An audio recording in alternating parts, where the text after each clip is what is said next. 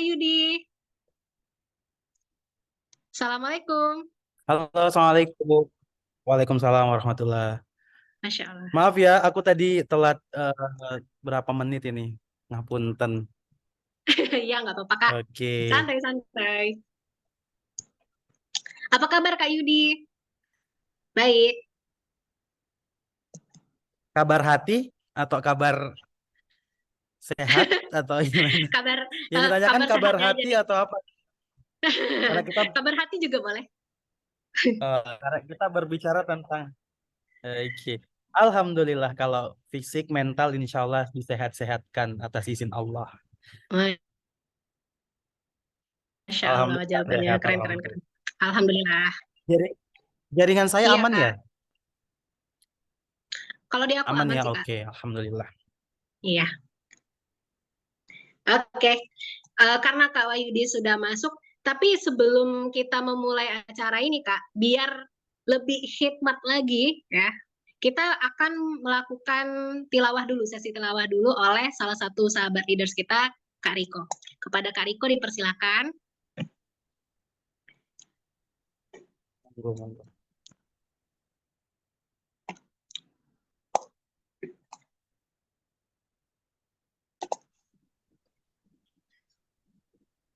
أعوذ بالله من الشيطان الرجيم بسم الله الرحمن الرحيم كتب عليكم القتال وهو كرة لكم وعسى أن تكرهوا شيئا وهو خير لكم وعسى أن تحبوا شيئا وهو شر لكم والله يعلم وأنتم لا تعلمون. Artinya, diwajibkan atas kamu berperang. Padahal itu tidak menyenangkan bagimu, tetapi boleh jadi kamu tidak menyenangi sesuatu, padahal itu baik bagimu. Dan boleh jadi kamu menyukai sesuatu padahal itu tidak baik bagimu. Allah mengetahui sedang kamu tidak mengetahui. Surah Al-Baqarah ayat 216. Shadaqallahul azim. Assalamualaikum warahmatullahi wabarakatuh. Waalaikumsalam warahmatullahi wabarakatuh. Masya Allah. Wih, bagus banget ya, guys. Lantunan ayat suci Al-Quran dari salah satu kakak leaders kita, Kak Riko. Terima kasih, Kak Riko. Ya, oke, baik. Kita sudah mendengarkan barusan tilawah. Sekarang tanpa perlu berlama-lama lagi nih, guys. Ya, Kak Yudi. Ayo kita mulai sesi Jovi Sotak pada malam hari ini, oke?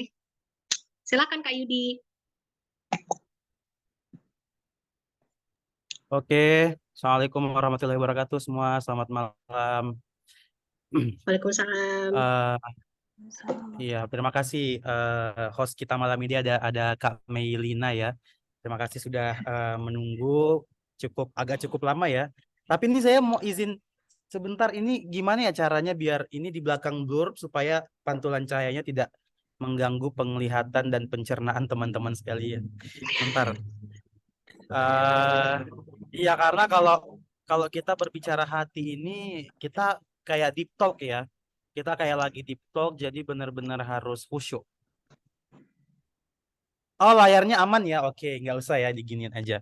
Jadi saya ini masih di masjid guys. Tadi habis Ba'da Isya, eh, buka-buka, ternyata saya hampir lupa buat PowerPoint karena biasanya kalau saya di Jovisa itu Kak Irina selalu minta PowerPoint biar ada sesuatu something yang bisa dibagikan nanti ke teman-teman. Saya izin share screen ya. Tapi saya perlu perkenalkan diri lagi atau nggak perlu? Boleh, Kak Yudi, kalau mau Karena perkenalkan diri dulu. oke, mungkin singkat aja ya. Karena mungkin rata-rata Iya. teman di sini alhamdulillah udah pada tahu, dan entah kenapa saya selalu mendapat tema yang berhubungan dengan hati, berhubungan dengan cinta, yang berhubungan dengan kesendirian. Terakhir paling pertama itu saya lupa, tapi itu berhubungan juga dengan hal hati gitu. Saya tidak tahu. Ini kayaknya saya dapat spesialis hati kalau urusan Jovisa ya. Insya Allah. Baik, perkenalkan teman-teman. Saya Wahidi Pratama, biasa dipanggil Mas Yudi atau Kak Yudi, Bang Yudi, bebas. Mau panggil nama juga boleh. Saya lahir di salah satu kota kecil di Sulawesi Selatan dan tahun 99 saya sekarang berumur 24 tahun di Desember ini dan sekarang lagi sibuk banget ngurus project nulis. Alhamdulillah udah aktif lagi untuk menyuarakan pikiran-pikiran di tulisan dan sekarang lagi sibuk juga ngurus pondok pesantren di Tulungagung kalau teman-teman tahu di Jawa Timur. Nah, saya eh, merupakan salah satu lulusan dari Universitas Hasanuddin di Makassar. Alhamdulillah menjadi salah satu lulusan berprestasi dan sekarang lagi benar-benar fokus bagaimana berkarya melalui tulisan seperti itu. Nah, kalau berhubungan dengan karya, setiap saya patah hati itu saya selalu menyalurkannya ke karya. Jadi buat teman-teman yang mungkin baru tahu, saya penulis, konten kreator dakwah, tapi lebih spesifiknya membahas tentang kegalauan. Bagaimana galau itu dirubah menjadi karya. Nah, oke, saya langsung share screen kali ya. Ini gimana cara share screen-nya? Sebentar. Oke.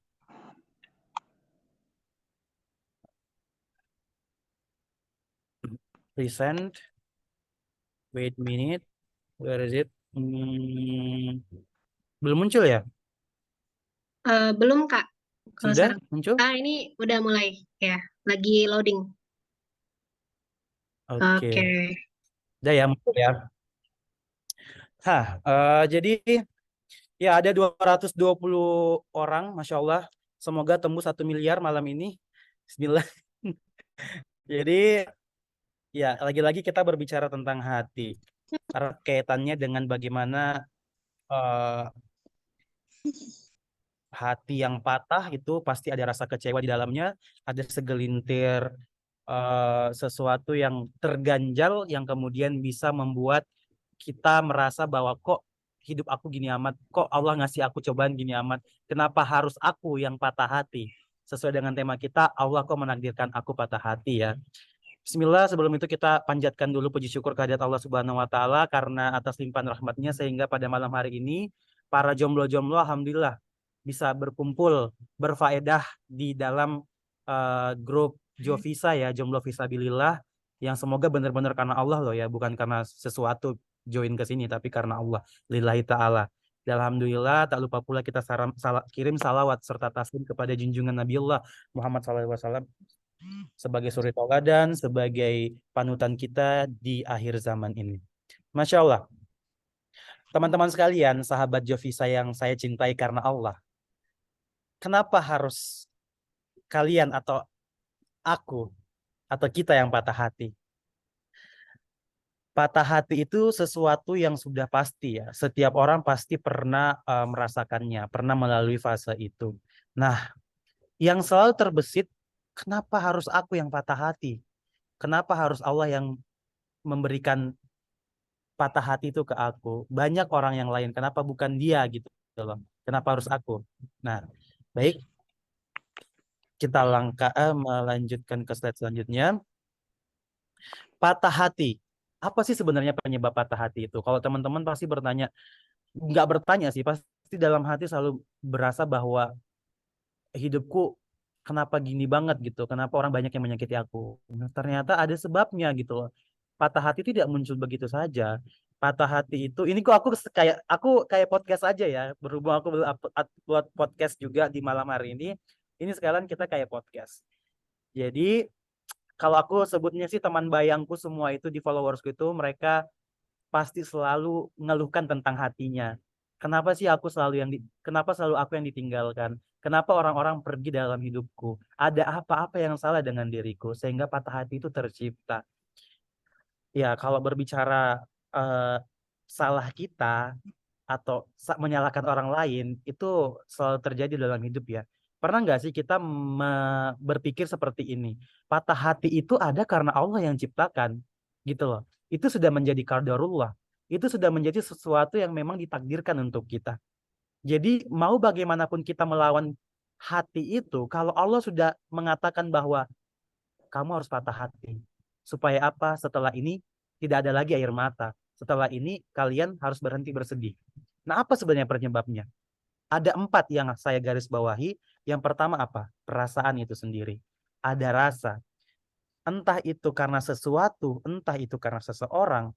Perasaan ini atau terbawa akan perasaan, ini yang akan memberikan pertama efek sakit hati. Mungkin belum sampai ada di takaran patah hati yang tek gitu loh. Yang nyahot, ya kan? Tapi ada di frekuensi di mana teman-teman itu merasa kayak kalian sudah gini, example, kalian sudah case-nya seperti ini. Kalian sudah memberikan sesuatu yang terbaik untuk seseorang, untuk entah itu seseorang spesial atau seorang teman, saudara, sahabat, tetapi balasannya itu tidak sesuai dengan kita. Karena yang pertama, kalian memberikan perasaan sepenuhnya kepada seseorang itu. Sedangkan orang itu biasa-biasa saja sebenarnya. Tidak ada yang terlalu berlebihan, tetapi karena kalian terlalu membawa perasaan pada hubungan itu, sehingga timbullah ketika satu kali melakukan kesalahan, semua disalahartikan. Seakan-akan kebaikan seseorang itu tertutupi semuanya. Jadi seakan-akan kalian menyalahkan orang itu karena membuat kalian patah hati. Padahal tidak seperti itu. Ada rasa, itu yang menyebabkan perasaan kecewa itu timbul. Padahal sebenarnya biasa-biasa saja. Tidak ada sesuatu yang lebih gitu loh.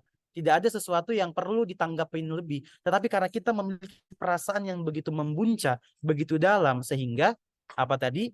Rasa itu semakin dalam. Ketika melakukan kesalahan, ada rasa patah hati di sana. Itu yang pertama. Ya, jadi ada rasa sehingga patah hati itu tercipta. Oke, sampai sini paham ya? Ini suara saya kedengeran kan?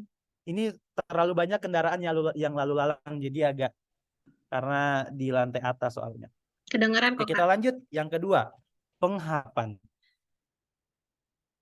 Teman-teman sudah tahu semuanya bahwa salah satu patah hati yang disengaja adalah ketika berharap pada yang menghamba.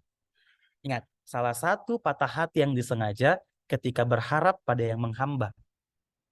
Kalau kita berharapnya sama Allah semata, tidak akan ada yang namanya patah hati. Tetapi karena kalian berharap sama manusia, yang ada endingnya kecewa. Ya, endingnya kecewa. Oleh karena itu, patah hati itu ada karena pengharapan kita masih ada pada takaran berharap sama manusia, bukan berharap sama Allah. Itu yang kedua, itu penyebabnya. Yang ketiga apa? Patah hati kepergian seseorang. Kita tidak pernah memungkiri itu bahwa setiap seseorang yang datang di hidup kita suatu hari akan pergi. Itu hal yang lumrah, itu hukum alam. Karena bagaimanapun juga kita akan berpisah gitu loh. Karena yang pertama, kita hidup sendiri. Kita lahir di dunia ini sendiri-sendiri. Bahkan kita menggenggam jiwa raga kita ini ketika dilahirkan, ketika Allah memilih kita untuk terlahir ke dunia, tangan kita sendiri yang genggam, bukan orang lain. Makanya kita terlahir sendiri. Tetapi kenapa ketika seseorang pergi dari hidup kita, kita merasa bahwa ada patah hati di sana, ada sesuatu hal yang pergi gitu loh. Mereka pergi, jiwa dan raga kita juga ikut pergi, seakan-akan gitu loh. Padahal kita dari awalnya sendiri, di hidup ini kita sendiri. Lantas kenapa ketika ada orang yang pergi, yang sangat berharga di hidup kita, kita merasakan patah hati? Ya, ini penyebabnya. Karena tadi kepergian yang kita kita yakini bahwa itu bagian dari hidup kita, membuat kita patah hati. Padahal Allah saja menciptakan hambanya. Bayangkan Allah ini loh menciptakan hambanya ke muka bumi, melepaskannya begitu saja karena kalian sudah berjanji. Karena suatu hari Allah tahu suatu hari hamba saya bakal kembali kok dengan saya. Tapi kenapa ketika seseorang dalam hidupmu pergi begitu aja, kalian harus merasakan patah hati? Toh Allah saja membiarkannya, ya udah pergi saja. Lantas apa yang perlu disesali ketika orang itu pergi? Toh memang sejatinya hukum alam seperti itu. Nah itu, penyebab patah hati adalah kepergian orang atau hal yang membuat kita itu sudah melekat dalam diri kita. Kemudian apa selanjutnya teman-teman? Kehilangan. Ini yang paling susah untuk kita terima. Saya pun mengaku itu ya, ketika kehilangan seseorang dalam hidup saya yang dalam artian itu sudah pindah alam, yang tiba-tiba tidak ada angin, tidak ada kayak apa ya, kayak sudah ngeghosting terus hilang. Itu salah satu contohnya. Tapi yang kehilangan yang mendalam adalah ketika kita sudah berpisah alam dengan seseorang itu. Contohnya misalnya kehilangan ayah, kehilangan ibu, kehilangan seseorang yang sangat berharga dalam hidup kita. Itu pasti kita merasakan patah hati, kayak dunia ini berhenti berputar. Dunia ini sudah tidak lagi berputar di rotasinya. Udah, kita berhenti makan, kita berhenti untuk memikirkan diri sendiri. Kita selalu berkutat di seseorang yang udah pergi itu. Padahal setelah setelah hidup ini ada kematian. Dan itu sesuatu hal yang pasti. Setelah kematian itu ada alam lagi di situ. Ada alam yang lebih, ya memang itu di hari pembalasan gitu loh. Lalu lantas kenapa kita harus merasakan patah ketika ada yang hilang dalam hidup kita? Padahal itu sudah menjadi suratan, ya kan? Nah ini, jadi ada 4 hal yang akan kita bahas tentang perasaan, pengharapan, kepergian, kehilangan. Di mana 4 hal yang mendasar ini, hal yang fundamental, mengapa patah hati itu tercipta. Oke. Next.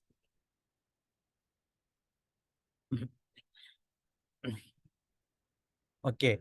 Nah, ini terkait perasaan. Jadi tadi aku sudah jelaskan ya, perasaan ini ya siapa sih yang nggak memiliki perasaan? Setiap orang di dunia ini memiliki perasaan, tetapi perasaan itu ada kadarnya, ada batasan-batasannya. Ketika kita tidak menjaga perasaan itu, maka sudah pasti itu akan menimbulkan kecewa, karena Allah saja menyatakan bahwa perasaan yang berlebihan itu tidak dibolehkan. Jadi harus, kecuali kita mencintai Allah itu harus lebih gitu loh.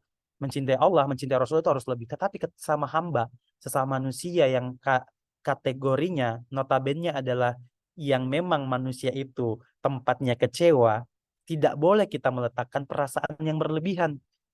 Ya, karena ada pepatah juga, cintai istrimu sewajarnya, cintai pasanganmu sewajarnya, karena kelak ketika dia pergi dari dunia ini, tidak lain akan meninggalkan kecewa juga, karena itu tadi takdir tidak bisa kita yang mengatur, karena semua atas izin Allah. Maka daripada itu perasaan ini sebuah sistem yang universal gitu ya, yang mencakup seluruh lini masa kehidupan. Karena ketika kita tidak bisa mengontrol perasaan kita, maka hati itu akan cenderung kecewa. Misalnya kita perasaan itu, contohnya ya, ini yang terjadi di Gaza. Kita patah hati memang ya. Kita boleh patah hati. Kita boleh sangat-sangat kecewa. Tapi jangan sampai patah hati itu membuat lingkungan sekitar kita itu menjadi cenderung tidak baik juga. Karena kebanyakannya kita harus cerdas memakai sosial media. Kita memakai sosial media itu untuk apa? Untuk menyebarluaskan kebaikan-kebaikan. Memang ada kadang ketika sudah mengupload tentang, misalnya contohnya tadi case-nya adalah tentang Gaza, Save Palestine. Tetapi ada oknum-oknum yang memakai kata-kata yang kasar, yang tidak seharusnya. Ya, itu yang harus kita handle, itu yang harus kita atasi. Jangan sampai kita boleh mencintai, kita boleh mendoakan teman-teman kita. Ya itu harus gitu loh, mendoakan teman-teman kita yang ada di Palestina. Mereka sedang berjuang di sana. Tetapi kita harus mengatur perasaan kita. Jangan sampai kita terlalu sakit hati sehingga menimbulkan sakit hati yang lain. Sehingga ya misalnya tadi ketika kita tidak bijak menggunakan sosial media, membuat story Instagram atau di feeds kita memakai kata-kata yang kasar, ya itu bukan membuat orang-orang respect, tetapi yang ada, oh Islam seperti ini ya ternyata, berkoar-koar I stand with Palestine, save Palestine, tapi dengan cara yang tidak bijak. Kalau kita berkoar-koar dengan cara yang tidak santun, dengan cara yang sangat tidak mencerminkan seorang muslim, apa bedanya kita dengan para Zionis di sana, pada para Yahudi yang kafir itu, ya kan? Oleh karena itu, perasaan ini harus kita jaga, harus kita kontrol, karena ini merupakan lini masa kehidupan kita, sebuah sentral dalam tubuh ini. Kalau kita tidak bisa mengontrol perasaan, siap-siap kekecewaan yang ada. Oke, next. Nah, kok gini? Kemudian selanjutnya adalah perasaan. Pengharapan. Sorry. Pengharapan. Ini tadi sudah saya jelaskan juga ya. Berharap itu hanya kepada Allah, bukan kepada yang menghamba. Ketika teman-teman berharap kepada yang menghamba, siap-siap kecewa. Memang kodrat manusia itu bakalan dihadapkan dengan pilihan-pilihan hidup. Ada yang berjuang karena sesuatu hal, karena berharap ingin mendapatkan imbalan. Ada juga yang berjuang yang memang melewati proses yang jatuh bangun dulu, baru dia bisa berhenti untuk berharap selain kepada Allah. Inilah memang pentingnya iman ya teman-teman. Sahabat Jafisa yang dicintai karena Allah, ini penting iman. Iman ini membuat kita sangat menggantungkan hanya kepada Allah, sangat bergantung hanya kepada Sang Pencipta. Ketika harapan kita tujukan kepada manusia, misal nih, case-nya seperti ini. Saya ingin mengikuti sebuah kompetisi, saya berharap untuk juara. Tetapi cara kita berharap itu kepada kita melakukan pendekatan ke dewan juri, kita melakukan pendekatan ke panitia-panitia. Padahal tidak seperti itu. Yang harus kita yakini adalah kita berusaha, kemudian Allah yang tentukan apakah kita akan juara atau tidak. Bukan ketika kita ikut kompetisi, kita mencari peluang itu dengan cara yang salah. Nah ini yang harus teman-teman garis bawahi, bahwa berharap itu bukan pada yang memang tidak ditakdirkan untuk kita yakini seperti manusia. Ya, tidak dibenarkan siapapun itu. Manusia itu bukan tempatnya berharap. Ya, jadi kita harus berharap sepenuhnya kepada Allah. Itu karena orang-orang Islam adalah orang-orang yang beriman. Ketika kita sudah beriman bahwa kita meyakini pengharapan itu hanya kepada Allah Ta'ala saja. Seperti itu. Selanjutnya, nah, kepergian. Kepergian ini memang sesuatu hal yang banyak orang yang speechless gitu loh. Kadang kepergian seseorang ataupun sesuatu hal dalam hidup kita itu kadang membuat kita bertanya-tanya, ya kan? Kembali lagi ke judul kita tadi malam ini. Mengapa Allah menakdirkan aku patah hati? Ya, kita memang tidak masalah patah hati itu, tidak masalah. Tetapi ketika kita bersedih yang berlebih-lebihan itu tidak dibenarkan. Karena setelah patah hati harus bahagia, harus pelan-pelan menata sisa-sisa bahagia, menjemput sisa-sisa bahagia di luar sana. Ketika ada seseorang pergi dalam hidup kita, jangan pernah ditanya kenapa, mengapa. Tidak perlu dicari jawaban itu.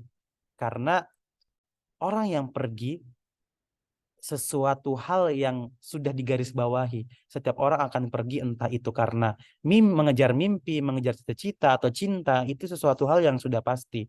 Dan ya kamu tidak perlu merasa kecewa dan sakit hati karena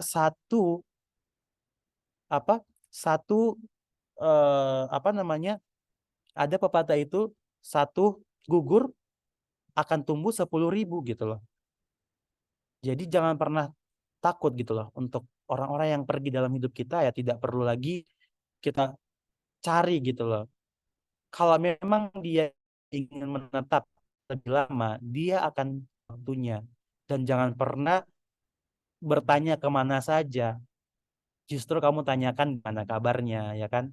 Karena kadang orang udah kembali, tiba-tiba kalian sensitif gitu loh. Loh, ini orang tiba-tiba datang lagi, padahal kemarin udah pergi. Jangan. Jadi kita harus kita harus open minded, kita harus membuka diri bahwa ya orang pergi itu mungkin dia tidak baik-baik saja, ada masalah pribadinya sendiri, ya. Itu jangan sampai kita membawa ke perasaan gitu. Karena sesuatu hal yang sudah ditakdirkan ke kita itu tidak akan kemana, ya.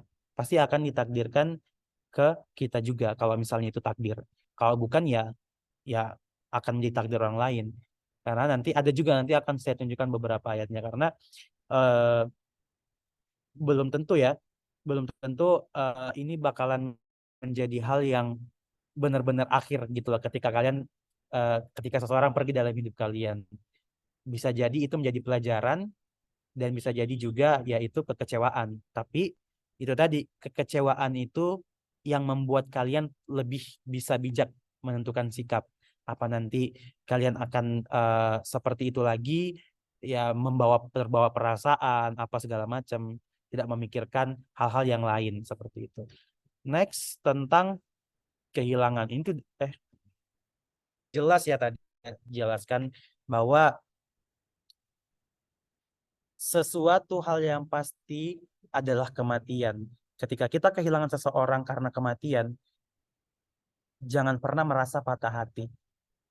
Harusnya kita mendoakan, jangan pernah ditangisi, gitu loh. Ya meskipun itu apa ya, sesuatu hal yang mungkin sulit untuk kita hindari ya, tetapi kehilangan seseorang yang berharga dalam hidup kita itu kita memang perlu waktu untuk bisa menerima. Saya pun juga kehilangan almarhum ayah, ditinggal. Bayangkan dari kepergian menjadi kehilangan, double nggak kecewa sih, double patah hati. Yang pertama kepergian karena dia memilih keluarga yang lain, dan kemudian kehilangan karena dia meninggal dunia. Jadi sesuatu hal yang menurut saya itu sudah lewat fasenya. Saya sudah berdamai gitu loh. Jadi patah hati itu kita harus berdamai dengan patah hati. Nah, hidup ini hanya butuh, ya perlu dicatat ini. Hidup ini hanya butuh jiwa yang tenang, dan hanya dengan mengingat Allah hati menjadi tentram.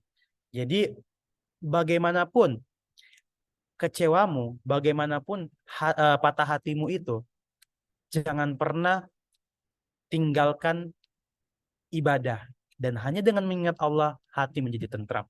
Itu sudah jelas ada ayatnya. Hidup ini hanya butuh jiwa yang tenang, dan hanya dengan mengingat Allah hati menjadi tentram.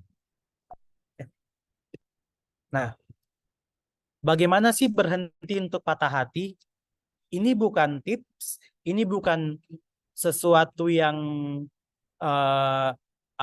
menjadi pilihan, tetapi ini yang harus diyakini. Karena aku memberikan 6 bagaimana cara berhenti patah hati yang teman-teman harus amalkan. Karena apa? Ini sudah jelas ada di dalam Al-Quran. Apa saja 6 surah tersebut? Nah ini. Yang pertama, Quran surah Ar-Ra'd, ada yang artinya orang-orang beriman dan hati mereka menjadi tentram dengan mengingat Allah. Ingatlah, hanya dengan mengingat Allah hati menjadi tentram. Seperti tadi yang saya bilang, itu ternyata sudah quotes yang pernah saya buat setelah saya mencari tahu, oh ternyata ada di surah Ar-Ra'd ayat 28 gitu loh. Ya ternyata memang kalau masih ada yang juga patah hati berlarut-larut, perlu dipertanyakan. Ya enggak apa-apa, kalian menangis boleh, kalian bersedih itu boleh, tetapi jangan sampai kalian lupa untuk menata bahagia. Karena ketika kalian sudah bersedih, berlarut-larut, yakin akan ada banyak setan mengambil celah-celah untuk membuat kalian semakin down, seperti si Nadia yang bunuh diri. Bayangkan, karena patah hati, dia memilih untuk bunuh diri. Itu bukan salah satu contoh, ya. Maka daripada itu, ketika kalian sedih, jangan dipendam sendiri. Cari temanmu yang bisa mendengarkanmu. Bahkan ke psikolog itu tidak masalah. Ya mungkin memang yang harus kita yakini adalah Al-Quran. Kembali ke Al-Quran. Tapi bagaimana caranya buat kita untuk kembali ke Al-Quran? Itu pasti ada proses yang dilalui, tidak serta-merta. Jadi jangan sampai teman-teman merasa bahwa aku baik-baik saja. Jangan denial pada diri sendiri. Kalau kalian sakit, akui kalian sakit. Kalau kalian ingin menangis, menangis. Kalau kalian ingin marah-marah, jangan dipendam. Ya, Karena itu jadi marah sama diri sendiri, nangis sama diri sendiri, jangan ke orang lain, jangan sampai melukai orang lain gitu loh. Maksud saya ketika kalian ingin bercerita, jangan dipendam rasa sedih itu, berceritalah ke temanmu, luapkan semuanya. Makanya cari teman-teman yang memang mengerti diri kalian seperti itu, ya. Jadi jangan denial sama diri sendiri, akui, luapkan semuanya. Ya, akui sakit hatimu, akui kesedihanmu, dan setelah itu jemput sisa-sisa bahagiamu. Next. Nah, jadi ayat yang sebelumnya tadi itu, Ar-Ra'd itu mengingatkan kita bahwa Allah itu tempat berserah diri, ya, tempat berserah diri dan memberi ketentraman sebaik-baiknya. Jadi jangan pernah berharap ketentraman kepada manusia, tetapi berharap kepada Allah. Selanjutnya, surah Al-Baqarah ayat 186, dan apabila hamba-hambaku bertanya padamu tentang aku, maka jawablah bahwa aku adalah dekat, aku mengabulkan permohonan orang yang berdoa apabila ia memohon padaku. Jadi surat Al-Baqarah ini menguatkan pernyataan surat Ar-Ra'd tadi, bahwa jangan ragu untuk berdoa dan meminta kepada Allah. Karena apa? Apapun permintaan kalian itu bakal didengar sama Allah, bakal dikabulin. Ya meskipun itu bakalan membutuhkan waktu yang lama, tetapi yakinlah bahwa ketika kalian berharap pada Allah, terus berdoa, maka doa itu sampai ke langit, maka yakinlah, kalau tidak dijawab di dunia, maka dijawab di akhirat. Kita hanya perlu menunggu waktu kapan Allah untuk mengabulkannya. Jangan tergesa-gesa, tapi tetaplah berhusnuzon sama Allah. Seperti itu. Kemudian yang ketiga, surah apa? Al-Insyirah ayat 6. Sesungguhnya setelah kesulitan itu ada kemudahan. Ini salah satu janji Allah, teman-teman, ya. Sahabat Jafisa, ini salah satu janji Allah yang terdapat di dalam Al-Qur'an. Jangan merasa kesulitan dan kesedihan yang menimpa karena kalian putus cinta, putus asa dengan hidup, patah berlarut-larut, patah bertubi-tubi, ya. Berpikir positif bahwa kalian harus yakin jika Allah akan memberikan kemudahan dalam mendapatkan apa? Dalam mendapatkan penggantinya. Entah misalnya kalian kehilangan kesempatan untuk mendaftar di kampus favorit kalian gagal, terus kalian patah hati. Boleh jadi kesulitan yang kalian hadapi itu, kemudian Allah tidak memberimu itu, ya bisa jadi itu ada sesuatu yang tidak baik di situ ketika kamu berjalan di situ. Maka daripada itu, Allah tidak menjawabnya sekarang, tetapi nanti. Ya gitu. Jadi sudah kesulitan itu ada kemudahan. Jadi apapun kesulitannya, apapun kesedihanmu yang menimpa, itu apa ya? Kalian harus berpikir positif. Kalian harus berpikir positif bahwa Allah tidak mungkin memberikanmu ujian sejauh ini kalau kalian tidak menyanggupinya. Karena semakin sulit ujian, semakin kita naik tingkatan, maka ujian itu dari Allah itu akan semakin sulit. Seperti itu. Jadi selalu percaya, selalu berpikir positif bahwa suatu hari Allah bakal mengabulkan apa yang kalian inginkan. Next. Surat Al-Baqarah ayat 216. Boleh jadi kamu membenci sesuatu padahal ia amat baik bagimu, dan boleh jadi kamu menyukai sesuatu padahal ia amat buruk bagimu. Allah Maha mengetahui sedang kamu tidak mengetahui. Jadi jangan berprasangka buruk kepada Allah, ya. Jangan berprasangka buruk kepada ketetapan dan ketentuan Allah. Karena di balik semua itu pasti ada sesuatu. Mungkin Allah itu pengen ngelindungin kamu gitu loh dari segala macam bahaya di luar sana. Makanya Allah tidak kasih. Makanya Allah bilang, misalnya siapa tadi? Misalnya Mei, aku tidak ngasih kamu dulu ya, tapi nanti karena ada ujian yang besar di sana. Aku tahu kamu tidak akan sanggup melalui itu, Mei. Makanya aku gantikan yang lain. Nah, makanya anggap itu Allah itu teman yang sedang membisikkan kamu gitu loh. Sedang membisikkan sesuatu yang apa yang boleh, apa yang tidak. Jadi bisikan Allah itu selalu ada sebenarnya. Apa yang ada di prasangka kita itu sebenarnya bisikan dari Allah. ya, bisikan dari Allah, maka daripada itu hal-hal yang baik itu bisikannya dari Allah, tapi hal-hal buruk itu bisikan dari syaitan. Maka daripada itu eh, jangan pernah berprasangka buruk sama Allah. Satu hal yang harus kalian ketahui bahwa Allah akan memberikan yang terbaik untuk hambanya. Tidak pernah Allah memberikan yang buruk. Ya, ingat, kalau kita beriman, kita selalu percaya apapun yang Allah berikan itu selalu hal yang baik, bukan hal-hal yang buruk. Itu. Jadi husnuzon sama Allah, husnuzon, husnuzon. Selanjutnya apa? Ada ayat surah Ar-Rahman ayat 13. Maka nikmat Tuhanmu manakah yang kamu dustakan? Jangan terlalu lama bersedih, jangan terlalu lama patah. Jemput sisa-sisa bahagia di luar sana. Caranya dengan apa? Dengan menghadirkan rasa syukur atas nikmat yang Allah berikan sehingga hati menjadi tenang. Sebenarnya simple ya, simple dari kita dari awal sampai akhir kita membahas tentang patah hati, simple penerimaan itu. Bagaimana kita bersyukur dengan apa yang kita miliki sekarang, apa yang kita yakini sekarang, apa yang ada di depan mata kita. Kayak Jovisa 250-an yang join. Aku bersyukur karena masih ada orang-orang yang pengen sharing dengan aku gitu loh.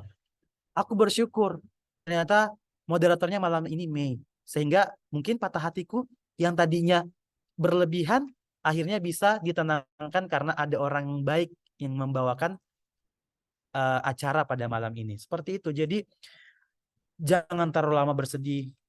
Sama kayak lagu Gesha ya. Menangis itu boleh. Menangislah kan kau juga manusia. Tetapi jangan berlarut-larut karena sedih ada batasnya, patah hati ada ujungnya, yang tidak ada ujungnya adalah bahagia. Jadi jangan sampai kebahagiaanmu terkungkung hanya karena orang-orang meninggalkanmu, hanya karena tidak ada yang menghargai keberadaanmu. Jangan. Karena Allah sudah melahirkan, orang tuamu sudah melahirkan kamu, dan Allah sudah mengizinkan kamu hadir ke bumi ini bukan tanpa alasan. Karena kamu berharga, makanya Allah turunkan kamu ke muka bumi ini. Untuk apa? Untuk menebar manfaat seluas-luasnya. Seperti itu. Jadi, maka nikmat Tuhan manakah yang kamu dustakan? Yang terakhir, surah apa? Ar-Ra'd ayat 24. Selamat sejahtera atasmu karena kesabaranmu, maka alangkah nikmatnya tempat kesusahan itu. Jadi ketika kita susah ya, ketika kita mengalami kesulitan, selalu yakinkan bahwa saya bahagia apapun yang Allah berikan. Mau kita di posisi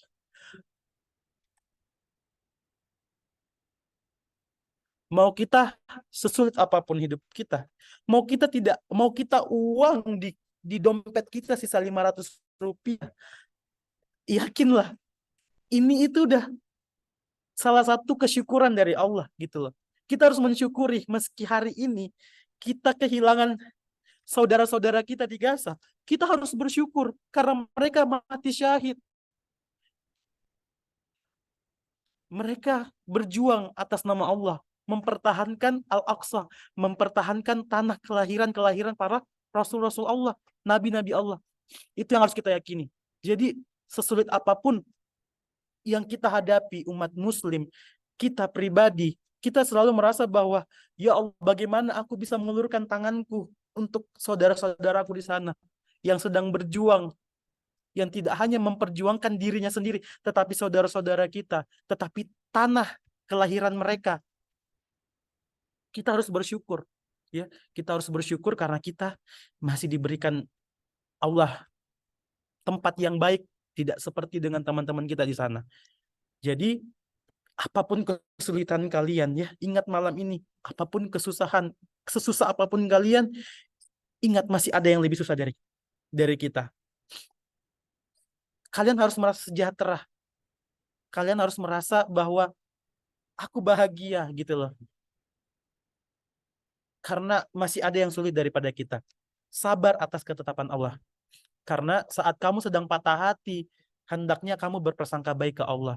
Ketika kamu patah hati, bagaimana dengan saudara-saudara kita yang di sana? Mereka tidak lagi memikirkan masalah kapan mereka tidur dengan baik, kapan mereka makan roti campur selai? Kapan mereka makan sayur 4 sehat 5 sempurna? Tidak lagi. Tetapi kapan, bagaimana mereka menyelamatkan saudaranya satu sama lain?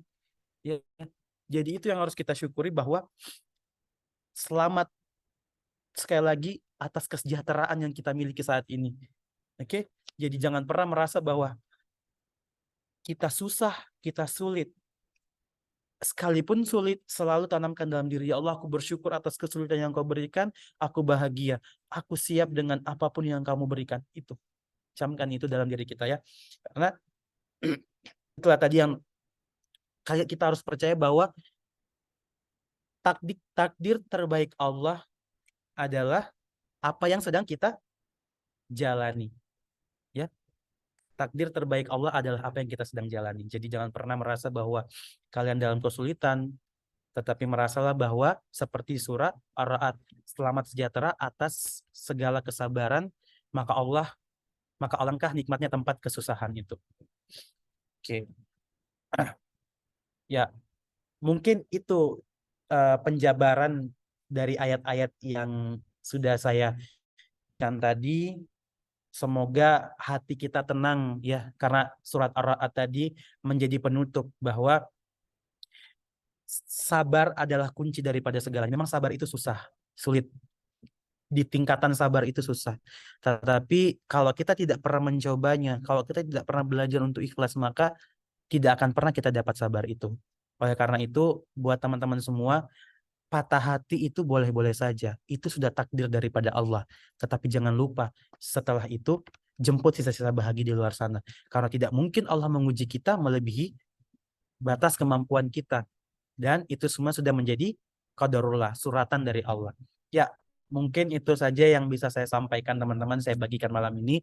Semoga menjadi highlight buat kita semua, bahwa sejatinya patah hati itu sudah menjadi suratan dan kebahagiaan merupakan sesuatu yang paripurna. Jadi teman-teman, setelah ini saya harap bisa lebih lebih aware lagi sama diri sendiri, lebih peduli lagi bahwa patah hati itu bukan kita yang ciptakan, tetapi atas kehendak Allah. Tetapi patah hati itu ada waktunya, ada masanya.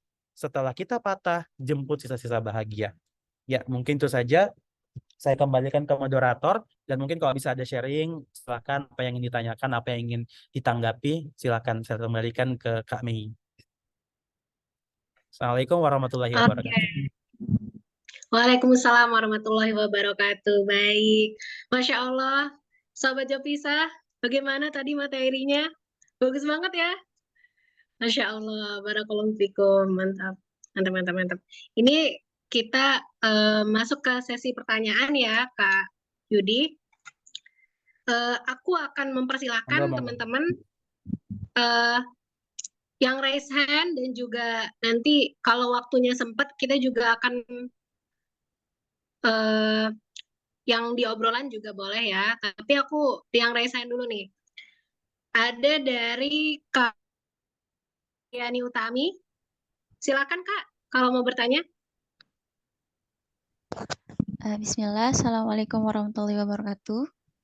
Waalaikumsalam. Suara saya jelas, Kak? Alhamdulillah jelas. Lanjut Kak Dinda. Kak Yudi, izin bertanya ya Kak.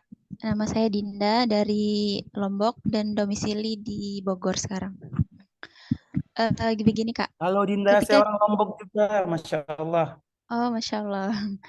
Oh ya Kak, begini, saya ingin bertanya. Ketika kita baru-baru merasakan yang namanya patah hati nih Kak.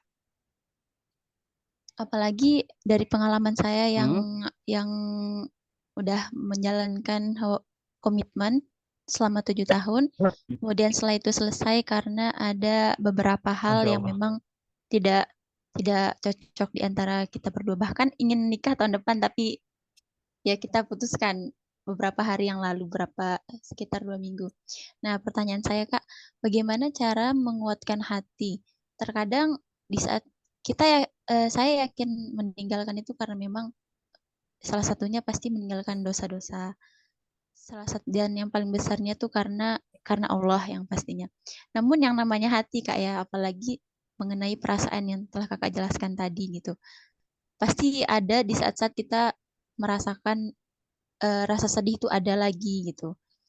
Nah, jadi terkadang saya merasakan bisa melewati hari itu, tapi esoknya lagi kadang suka kayak kalau lagi sendiri atau lagi kayak nggak ada Kira kerjaan gitu, ya kepikiran lagi kayak gitu, kayak sedih lagi, melo lagi gitu. Nah, tips dari kakak kayak gimana? Baik itu saja. iya Dinda. Terima Langsung kasih dijawab kak. ya, Kak Mei? Iya Oh, Kak, boleh langsung jawab. oke, saya mengucapkan dulu ke Dinda, terima kasih 7 tahun bertahan. Tapi sayangnya dia bukan jodohmu. Tapi tidak masalah, tidak apa-apa. Karena eh, komitmen itu memang kita akui bahwa sesuatu yang semua pasti berpikir bahwa ketika kita sudah komitmen, ada sesuatu hal yang ingin kita capai bareng-bareng, ya kan? Ada yang ingin kita seriuskan, ya hubungan yang lebih jauh, yaitu ya tentang nikah. Tetapi tidak jarang pernikahan itu sebelum masuk kepada ranah pernikahan, ya di pernikahan aja nih, setelah pernikahan itu ujiannya lebih besar. Tapi jauh sebelum 7 tahun itu komitmen, ya ujiannya pasti lebih lebih apa ya, lebih banyak mudaratnya menurutku ya. Karena apa? Sesuatu yang memang tidak Allah kehendaki itu tidak akan pernah, sesuatu yang memang banyak mudaratnya itu tidak pernah Allah restui ya. Maka daripada itu mungkin mungkin inilah ujian yang sudah inilah jawaban daripada apa yang Dinda lakukan, dalam artian Jutun berharap sama manusia, dan ini cara Allah membalasnya. Bagaimana susahnya untuk move on, ya kan? Bagaimana susahnya, kadang juga ini ujian, kadang juga itu adalah sebuah apa ya? Sebuah eh, penggugur dosa.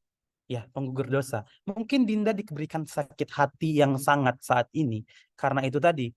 Karena Dinda mungkin merasa bahwa mungkin sudah menjalani hubungan komitmen 7 tahun tetapi tidak berjodoh karena itu tadi berharap selain pada Allah, dan Allah membenci ketika kita berharap sama manusia, berharap sama yang mahamba daripada mengharap sama Allah. Itu Allah benci. Makanya Allah turunkan sebuah kepedihan kepada orang-orang yang berharap sama manusia. Dan karena Dinda tadi berlebihan berharapnya selama 7 tahun, makanya ada sakit hati, kepikiran sampai sekarang.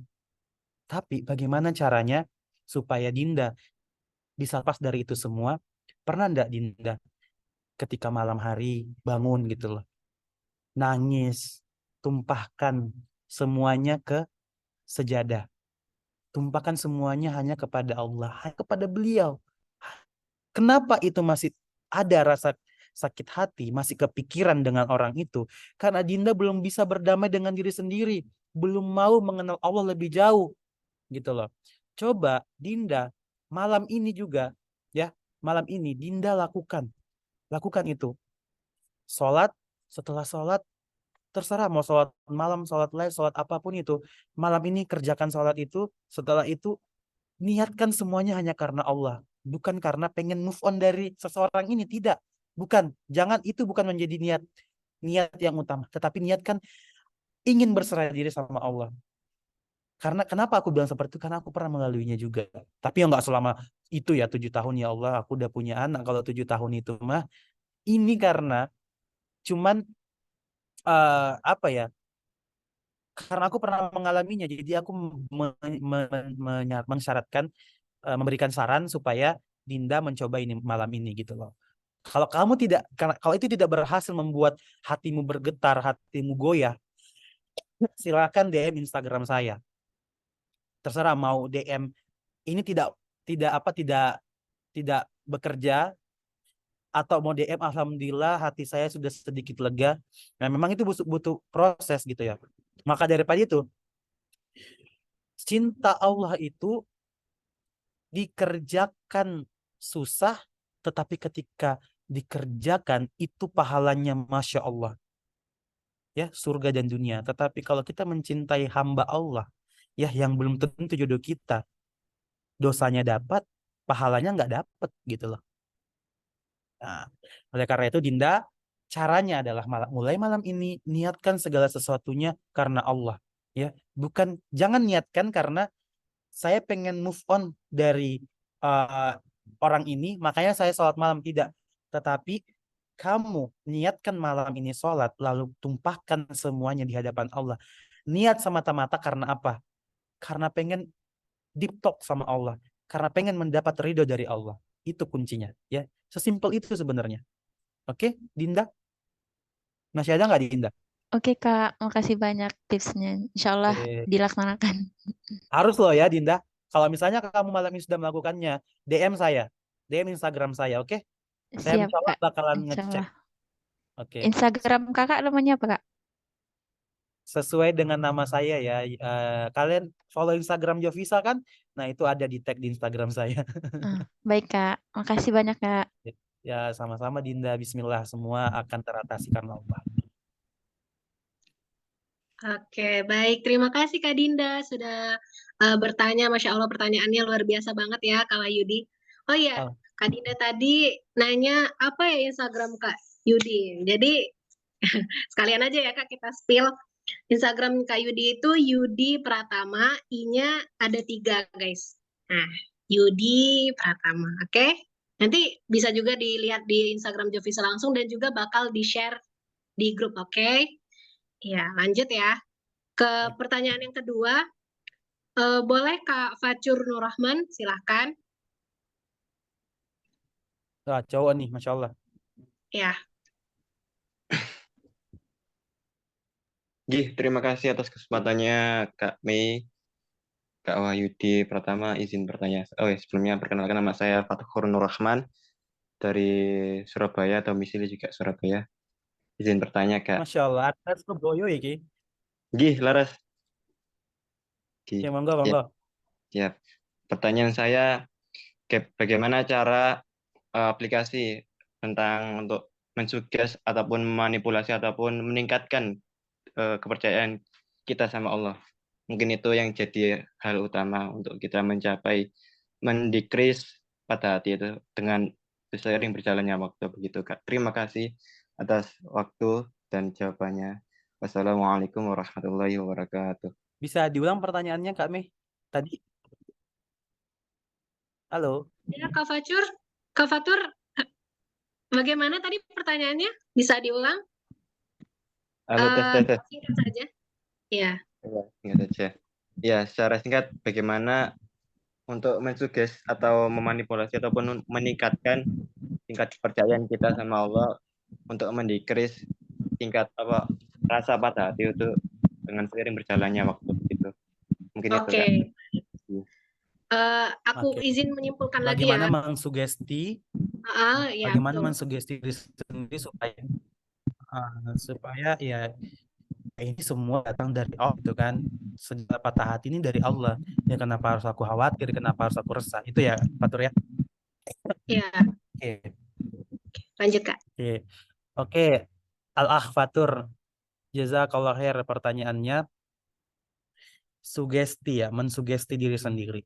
Kalau saya pribadi ya, pengalaman yang saya lakukan bahwa memang awal-awal ketika saya sakit hati karena sesuatu hal, itu bakalan ada perasaan sesuatu yang panas di sini. Entah di sini atau telinga panas atau kayak di bahu kita itu kayak ada yang merinding. Bukan merinding sih, apa ya lebih tepatnya. Kayak sesuatu yang memang kayak panas gitu loh. Nah, itu datangnya dari setan ya. Jangan salah.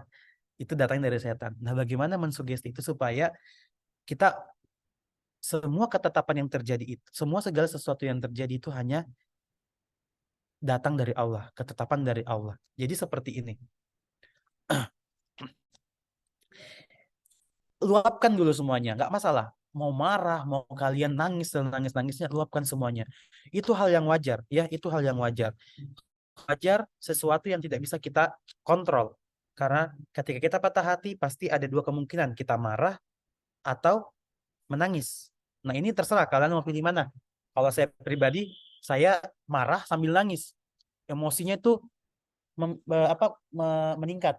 Jadi sesuatu hal yang memang tidak bisa saya kontrol, saya lakukan gitu loh. Nah, setelah itu saya tidur. Saya tinggal tidur. Karena apa? Bagaimanapun juga ketika kita orang nangis, orang marah, itu energi yang terkuras.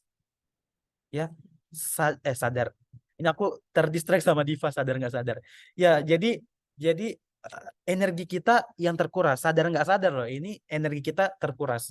Maka daripada itu, setelah kita marah dengan diri kita, marah dengan sekitar kita, marah nangis dengan keadaan yang terjadi sama diri kita, setelah itu hembuskan napas, tidur. Setelah kalian merasa tidur, bukan berarti you like sleep ya, enggak. Tetapi kayak istirahat, baringkan tubuh, kemudian jernihkan pikiran, tarik napas.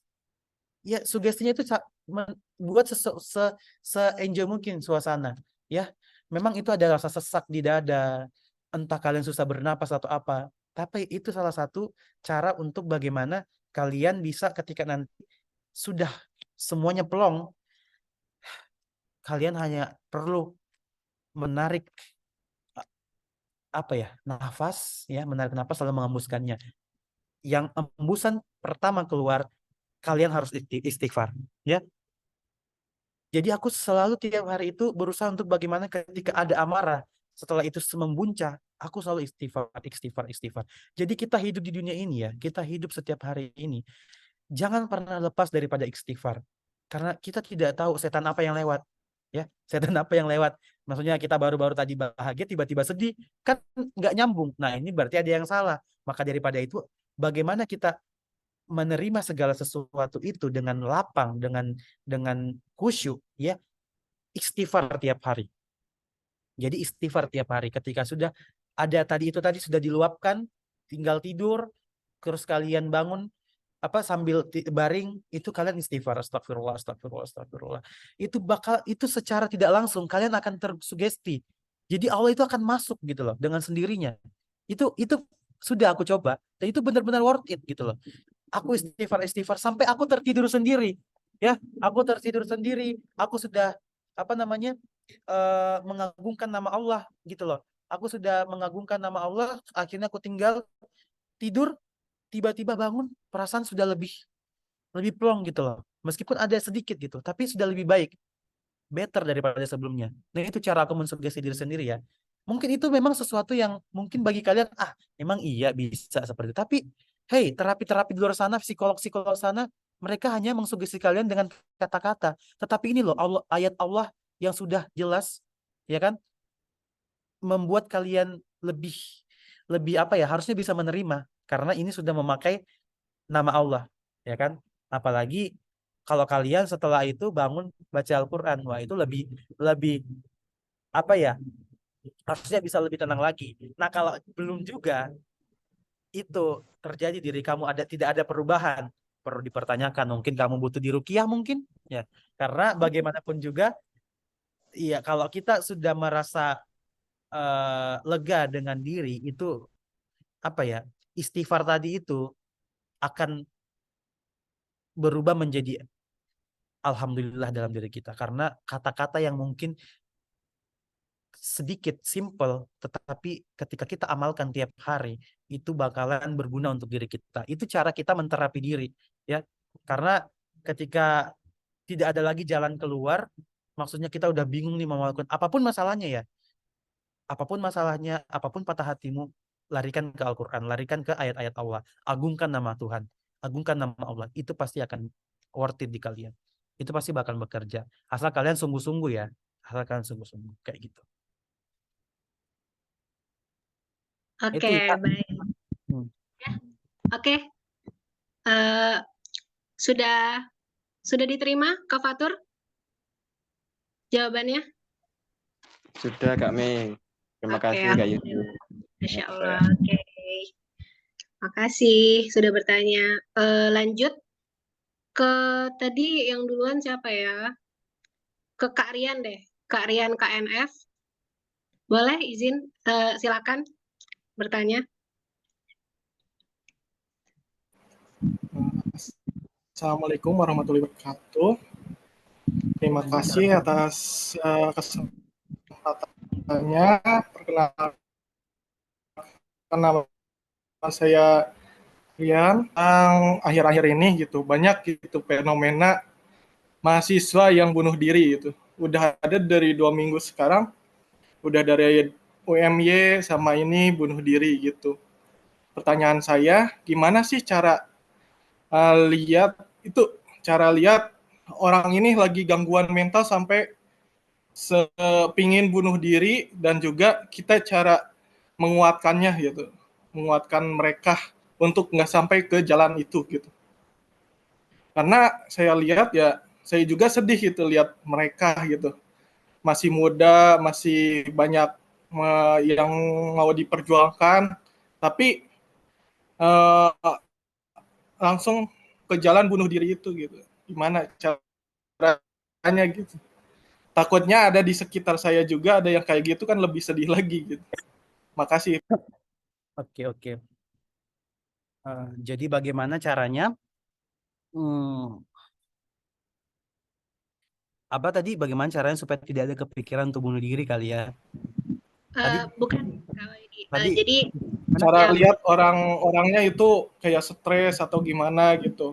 oke. Kayaknya Oke. Ya, kan paham. kalau kelihatan kayak kita biar bahagia, tahu tapi apakah tiba-tiba orang-orang kelihatannya dia murung. Ya.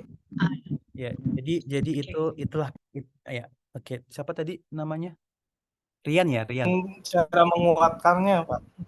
Ya, cara Iya. menguatkan orang yang pengen bunuh diri kayak gimana. Ya, Iya. karena cara menguatkan orang bunuh diri ya kita tidak bisa serta-merta, kuat ya, kamu nggak boleh mati sebelum kamu bahagia, nggak gitu.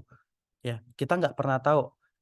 Karena gini loh, ketika orang yang mau bunuh diri, mereka tidak secara terang-terangan mengatakan aku pengen bunuh diri. Enggak, itu memang ada sisi lain daripada orang yang seperti itu atau orang yang berpikiran bunuh diri.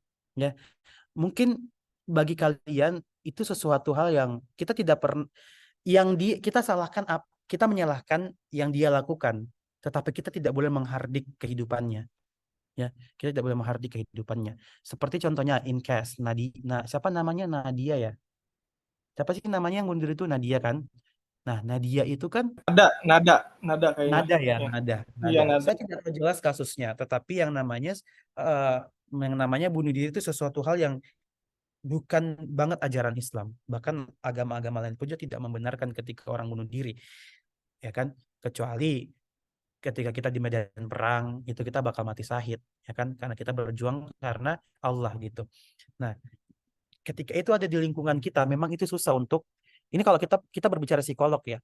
Kalau saya pernah mempelajari di bangku kuliah mempelajari psikolog hukum, jadi cara melakukan pendekatan ke orang-orang yang tidak pernah terbuka dengan kita itu kayak kelihatan gitu loh. Kelihatan gerak-geriknya, kelihatan bagaimana sikapnya ke kita. Itu bakal kelihatan. Dan itu aku pernah melalui fase itu di mana orang yang memang broken home, orang yang memang banyak masalah hidupnya tetapi tidak terlihat di depan kita, tetapi di belakang itu ada agak beda. Itu terlihat banget kalau kita memang paham bagaimana melihat kondisi seseorang, ya. Jadi tidak semua orang bisa melihat kondisi orang lain. Ada yang memang don't care, tidak peduli dengan sekitarnya, ya kan? Tetapi kalau bagi saya pribadi, caranya menanggapi hal tersebut, saya tidak langsung ke intinya, kamu bunuh diri, tidak. Mempertanyakan sesuatu yang personality itu sangat sangat jarang terjadi di dunia Indonesia khususnya ya. Karena yang pertama, personal itu sesuatu hal yang tidak bisa kita dapatkan secara terang-terangan. Kita harus melakukan pendekatan terlebih dahulu. Ya, caranya pendekatan itu tidak langsung to the point. Kamu bisa gini enggak. Tetapi kenalan, ya kan. Kita juga harus mengetahui gerak-gerik orang itu. Ada memang yang perlu didekati supaya tidak melakukan bunuh diri atau perbuatan-perbuatan yang bisa merugikan orang lain, ya kan. Untung hanya merugikan diri sendiri, tapi kalau orang lain gimana? Itu yang fatal kan. Nah, itu tadi yang pertama kita tidak bisa membuat seseorang untuk bagaimana tidak berpikiran negatif. Karena itu semua kembali kepada bagaimana cara didikan keluarganya atau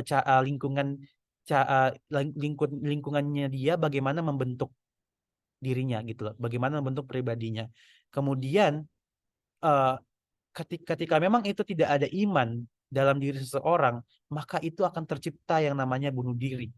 Ya, kalau memang sudah ada iman dalam diri, itu tidak akan pernah terpikirkan, terbesit pun tidak. Terbesit mungkin ya, tapi untuk melakukannya itu pikir-pikir lagi. Ya, pikir-pikir beribu kali untuk bunuh diri itu. Ya, karena itu kita sudah tahu dosanya seperti apa. Tetapi kalau memang tadi itu nada membunuh diri, itu imannya perlu dipertanyakan. Ya, itu perlu dipertanyakan karena tidak sejauh ini orang bunuh diri itu kalau tidak tidak dekat sama Allah itu memang akan terjadi, ya akan terjadi. Tetapi kalau kita meyakinkan bahwa segala sesuatu yang terjadi dalam hidup kita hanya Allah yang bisa merubah takdir itu, bukan orang lain, itu tidak akan ada. Sepengen-pengennya orang mau bunuh diri ya pasti ingat lagi, ya Allah, Gusti Allah udah beri aku kehidupan, masa aku dengan segampang itu pengen bunuh diri.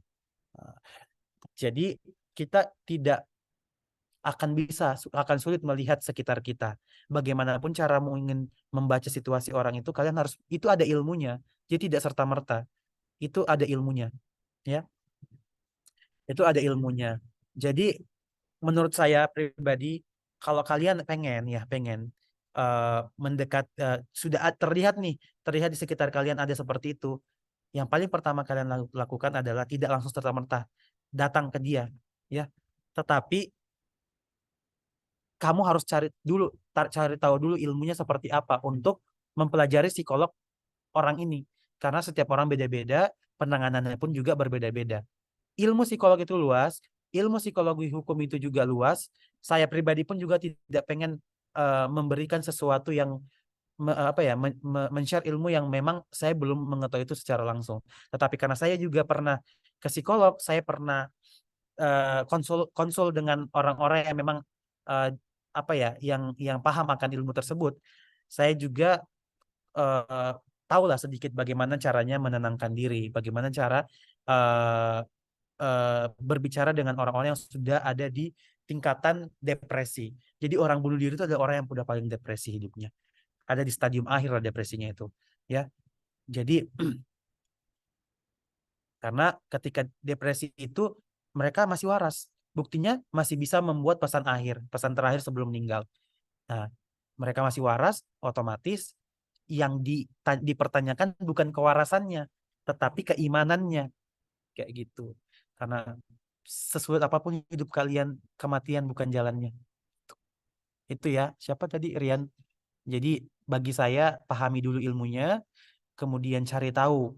Kalau udah memang ada di lingkungan kamu, cari tahu ilmunya, pelajari ilmunya, kemudian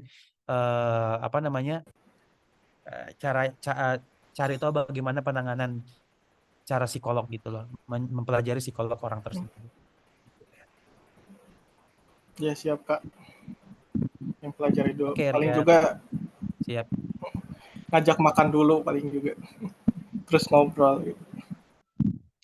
Ya, ajak ngobrol aja. Jadi memang untuk misalnya kan aneh ya, kita nggak kenal tiba-tiba ngajak ngobrol. Makanya kenalan dulu gitu. Aku juga biasa sih kalau misalnya ada orang di pinggir jalan atau apa, aku coba kayak, karena itu mungkin rasa kepedulian aku kepada sekitar itu, aku tidak bisa bilang aku peduli, tidak, tapi aku punya rasa iba terhadap sekitar. Peduli, kalau aku peduli aku pasti langsung ngasih duit nih, ambil uang 1.000 gitu ya. Jadi rasa iba aku tinggi sehingga aku pengen menanyakan ketika ketemu sama seseorang, aku selalu pengen ngobrol gitu loh. Emang aku hobinya ngobrol gitu. Jadi itu cara pendekatannya harus pertama cari tahu bagaimana melakukan pendekatan psikolog orang tersebut. Gitu. Oke, siap Kak. Terima kasih ya Kak. Jawab oleh Karian, apakah sudah puas dengan jawabannya? Puas Kak. Puas. Oke. Ya, baik. Kita sebenarnya masih banyak nih teman-teman yang ingin bertanya, Kak. Tapi karena waktu kita sudah jam 21.31 nih, gimana nih Kak Yudi? Apakah kita ya? Boleh. Itu masih ada dua raise hand dan mungkin Iya. di beberapa kita random aja nanti jawabnya di yang di kolom chat. Oke. Sebelum itu aku pengen kalian boleh nanyain sesuatu hal yang berhubungan dengan kata hati di buku di Instagram aku ya. Itu insya Allah aku bakal jawab di DM. Kalaupun tidak, aku bakal jawab di Instastory. Dan itu misalnya nih kalian nge-tag juga, itu aku usahakan selalu lihat, selalu love, selalu repost gitu. Yang penting gini, ketika kalian bertanya itu memang bener-bener yang maksud aku tuh jangan sekedar apa ya menguji seseorang gitu loh, tapi bener-bener kalian tidak tahu jawabannya. Jangan sampai kalian mempertanyakan sesuatu yang udah tahu jawabannya. Ya gitu. Itu ya. Oke. Oke, boleh lanjut. Ya, oke, bener banget nih. Jadi buat teman-teman yang nanti semisalnya tidak kebagian pada malam hari ini tanya jawabnya dengan Kak Yudi, bisa langsung DM ke Instagram Kak Wahyudi ya, Yudi I-nya 3, Yudi Pratama. Oke? Nanti insya Allah bakal dijawab sama Kak Wahyudi. Ya, lanjut ya. Kak Ri, boleh yang resen? Oh iya, Silakan. terima kasih Kak Mei. Ya. Assalamualaikum warahmatullahi wabarakatuh. Waalaikumsalam. Ya, selamat malam Kak Mei dan Kak Yudi. Saya Ria dari Jakarta. Sebenarnya pertanyaannya singkat saja Kak. Ketika kita merasa patah hati terus-menerus ya Kak, apakah itu salah satu dari penyebab dulu kita pernah menyakiti hati orang lain juga? Itu aja Kak. Terima kasih. Oke, makasih Ri. Pertanyaannya sangat ini ya, langsung to the point. Ya memang ada namanya dalam hidup ini kita harus mengenal hukum sebab akibat. Apa yang kita taburi itu yang kita tuai. Apa yang kita tanam itu yang kita hasilkan. Jadi memang ketika kita merasakan sakit hati, itu kita mungkin di masa lalu ada perbuatan-perbuatan yang tidak kita sadari ya. Kita menyakiti perasaan orang lain, kita menyakiti atau kita menzolimi orang lain. Ya bisa jadi ketika itu di masa mendatang atau masa sekarang kita merasakan hal yang serupa, kita ada sesuatu yang terlewatkan gitu loh, yang mungkin kita tidak tahu, tidak kita ketahui. Makanya setiap hari itu kita harus cross check sama diri kita, ya, apakah apa kita hari ini tidak melukai orang lain gitu loh, apakah hari ini kita sudah berbuat kebaikan. Jadi jangan sampai sekecil apapun di hidup kita ini atau di hari-hari kita jangan pernah melukai perasaan orang lain, karena kita tidak pernah tahu ya perbuatan apa yang bakal melukai orang. Begitupun kebaikan sekecil apapun, ya, sekecil apapun itu tidak akan pernah kita ketahui. Ternyata kebaikan sekecil itu bisa merubah hidup orang, bahkan lebih besar lagi. Jadi itu berbanding lurus semuanya. Itulah hukum sebab akibat. Jadi betul kata Ri tadi, bisa jadi sakit hatimu berlarut-larut karena sebelumnya kamu pernah melukai hati orang di masa lalu. Begitu juga dengan sekarang. Misalnya contoh, hari ini kamu mendapatkan kesulitan, boleh jadi sebelumnya kamu pernah menyulitkan orang lain. Seperti itu. Jadi sekarang kita balik. Jika di masa lalu kamu melakukan kebaikan-kebaikan, baik itu sekecil biji zahra pun, di kemudian hari, maka kebaikan itu bakalan datang juga kepadamu. Ya, sakit hatimu mungkin belum Allah sudahi, belum berkesudahan, tetap jangan berputus asa, jangan berhenti dari rahmat Allah, jangan berhenti berdoa, jangan pernah putus asa, jangan pernah berhenti dari rahmat Allah. Karena yakinlah, sebagaimanapun sebagaimanapun ujian kita, sebagaimanapun Allah memberikan kita patah hati, itu pasti akan ada masanya, akan berakhir. Tidak akan pernah tidak ada penderitaan yang berlarut-larut, tidak ada penderitaan yang selamanya, yang ada bahagia selamanya, bahagia seutuhnya. Itu. Oke, baik. Apakah sudah jelas, Kak Ri? Iya Kak, Kak Yudi izin. Tapi kalau misalnya kita tidak sadar ya Kak, sebenarnya bukan menyakiti orang ya. Semisal kita nggak menerima seseorang datang dengan cara kita untuk menolak, mungkin orang itu sakit hati ya Kak. Tapi sebenarnya kita nggak niat nyakitin orang. Apakah itu juga termasuk salah satu kita menyebabkan orang itu sakit hati? Jadi orang merasa disakiti, tapi kita nggak merasa menyakiti gitu Kak. Apakah itu juga salah Betul. satu penyebab oh kita pernah nyakitin orang gitu Kak? Itu, aku bukan Allah yang bisa menilai, ya. Itu semua penilaian dari sudut pandang.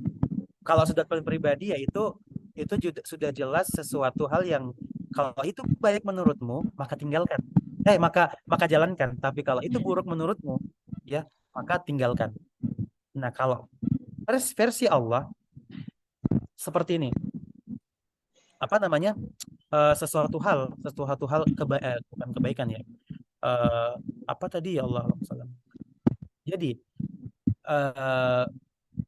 kamu tidak bisa aku atau siapapun tidak bisa menilai kalau misalnya kamu tidak menerima orang itu atau kamu apa istilahnya ya, memutuskan hubungan dengan orang itu baik apa buruk, sudah jelas sesuatu hal yang mungkin berhubungan dengan perasaan yang belum pada waktunya, ya memang harus disudahi.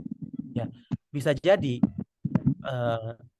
kamu memutuskan itu dengan cara yang mungkin itu sakit menurutnya, ya, karena memang caramu yang mungkin terlalu berkesan kasar, ya kan, atau misalnya tidak orang terima itu, makanya dia berdoa yang tidak ya. Makanya saya pun pribadi ketika ketemu sama seseorang, doakan saya yang baik-baik.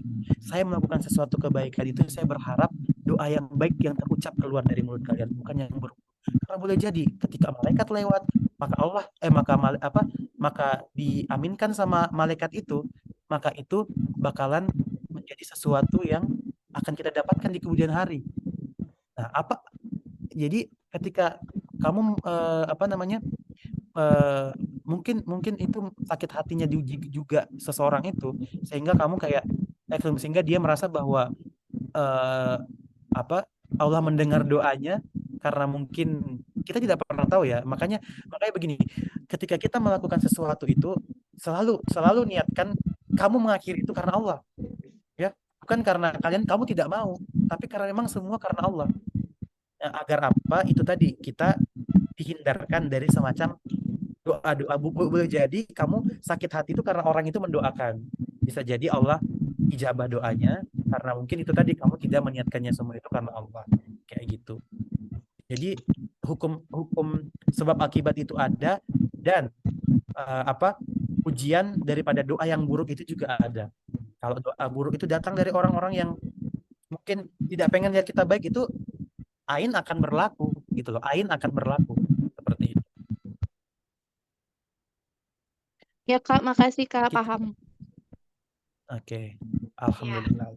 Alhamdulillah. Baik, makasih ya Kak Ri sudah bertanya. Aku rasa jelas nih yang sudah disampaikan. Baik, lanjut ke yang Resan yang terakhir ya. Ini Kak Ana, silakan. Ya, jelas nggak Kak suaranya? Alhamdulillah ya. jelas. Ya. Assalamualaikum warahmatullahi wabarakatuh. Terima kasih Kak Mei. Terima kasih juga untuk Kak Yudi atas 6 poin atau 6 ayat reminder yang luar biasa. Jadi gini Kak,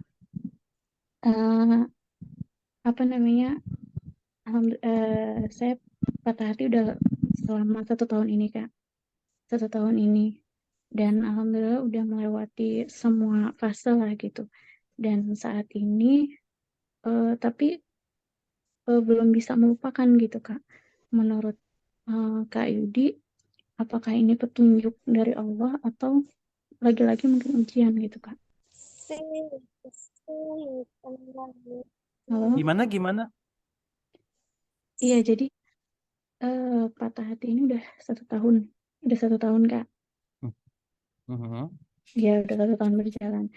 Kemudian saya udah melewati yang seperti Kak Yudi jabarkan gitu, udah minta petunjuk. Dan yang lain saya juga sudah sempat taruh dengan orang lain juga, sudah sempat berkenalan dengan orang lain juga, dan namun qadarullah belum jodoh juga gitu. Dan tapi sampai saat ini saya masih belum lupa gitu Kak, masih berharap Oke. dengan orang itu gitu. Apakah menurut Kak Yudi, apakah ini petunjuk dari Allah atau mungkin lagi-lagi ini ujian gitu? Ya, Ya, oke. gimana Kak? Paham Ana. Jadi ujian itu memang kita tidak pernah bisa menebak ya. Allah bakal ngasihnya kapan, Allah bakal menyelesaikannya kapan. Ya, jadi ujian itu bukan bukan sesuatu hal yang perlu kita pertanyakan, ya Allah, kapan ini segera berakhir gitu loh. Tidak. Tetapi ujian itu ya kita tuh sebenarnya hanya perlu sembari kita ikhtiar, sembari kita usaha, kita harus eh, enjoy, menikmati proses itu. Karena boleh jadi anak itu belum benar-benar menyerahkan sepenuhnya sama Allah. Boleh jadi tadi Ana bilang sudah mengikhtiarkan semuanya, sudah benar-benar berserah diri. Tetapi kalau masih menyangkut perasaan ke masa lalu, ya cara move on itu banyak hal yang bisa kamu lakukan. Ya, banyak hal yang bisa kamu lakukan. Kalau satu cara gagal, coba cara yang kedua. Kalau cara kedua gagal, coba cara ketiga dan seterusnya. Allah itu maha segala-galanya. Kalau misalnya kita stuck di situ, harusnya dengan atas kuasa Allah, atas izin Allah, kalau memang Ana benar-benar ridho, pengen move on, pengen benar-benar uh, melupakan orang itu, harusnya Allah memberikan jalannya. Kecuali kalau memang Ana masih belum benar-benar mengikhlaskan, ya, belum benar-benar menjemput, istilahnya menjemput uh, apa ya, menjemput kesendirian Ana itu, benar-benar belum bisa melepaskan gitu. Itu pasti Allah itu bakalan bilang, ngapain aku jawab doanya anak, orang dia masih mengharap sama hamba hamba saya gitu. Ya pasti Allah tuh bakalan mengujimu ya, kalau misalnya masih ada harapan itu sedikit apapun, ya pasti Allah masih nguji gitu loh. Karena itu tadi, kalau kamu masih menggantungkan harapan kepada yang menghamba, Allah itu bakalan cemburu. Ya, Allah itu cemburu sama kamu. Allah itu cemburu. Maka daripada itu, caranya adalah bagaimana kamu bisa menghilangkan perasaan tadi. Coba macam cara. Tidak, aku pernah ngelakuin kayak gini. Aku tidak bisa ngelupain orang itu dalam satu hari. Bukan, sehari itu aku tidak bisa berhenti memikirkannya. 24 jam Allah ngasih aku waktu, aku tidak bisa berhenti memikirkannya. Bahkan tidur pun masuk ke alam mimpi. Ya kan? Ini sesuatu hal yang sudah bisa jadi, ini sesuatu hal yang jadi fitnah gitu loh. Dan itu Allah membencinya.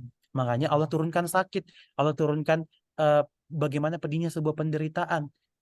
Berharap sama orang, ternyata ternyata Allah mencemburui. Benar ayat itu. Allah mencemburui hambanya ketika berharap selain daripadanya. Nah, bagaimana kemudian? Memang itu tidak kita bisa pungkiri ya. Kalau misalnya manusia itu memang tempat berharapnya ke manusia dan pasti akan kecewa. Nah, tapi bagaimana meminimalisir itu tidak berlebihan? Mungkin itu tidak berlebihan sekarang, tetapi karena Allah bilang, Ana ini masih berharap sama yang dulu. Udah lah, bagaimana aku mencarikan jodoh kalau misalnya dianya saja belum belum benar-benar merasa bahwa segala perasaannya itu harus kamu serahkan ke Allah. Gitu loh. Allah mau sujudmu lebih lama, Allah mau doamu lebih panjang, Allah mau mintamu lebih banyak ke Dia.